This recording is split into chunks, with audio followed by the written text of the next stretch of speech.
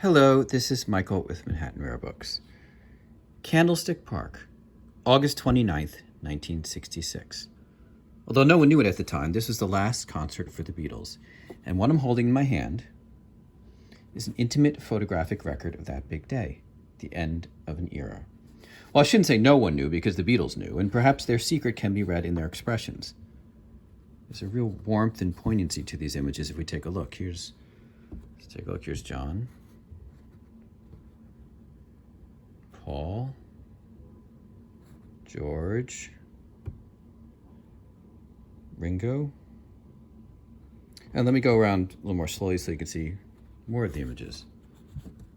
There's 73 images in total. This is the only contact sheet known for these photos, and no negatives are known to exist. In fact, without this sheet, nearly all of these images would no longer exist. And I have to say, it's a near miracle that this contact sheet does indeed exist, for the backstory is pretty incredible. It was sometime in the late 1980s, when a photographer, artist, and Beatles enthusiast, Dave Seabury, was rummaging through a garage sale near San Francisco, as he often did, and he asked the seller if he had any random Beatles or Grateful Dead photos or anything that might be of interest to Seabury. On this particular day, the seller pointed to a box and said, "Yeah, there's some Beatles photos over there in that box." And there in that very box was this sheet.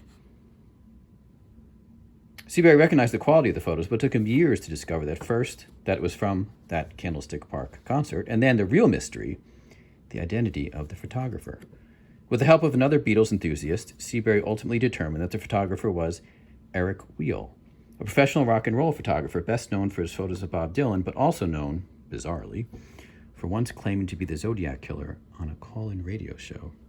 I mean, there's more to the story about how this ended up in a garage sale, and it's a long story. You can read it on our website. But the wonderful thing is that these photos did indeed survive, and now we can give Eric Wheel proper credit for capturing such powerful images from such an important day in music history. There we go. The contact sheet comes with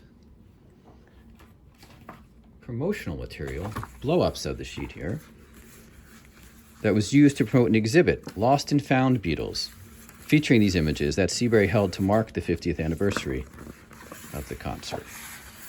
You can see postcards and a promotional poster. But of course, the jewel is the actual contact sheet itself. Thank you. Please don't hesitate to reach out with any questions.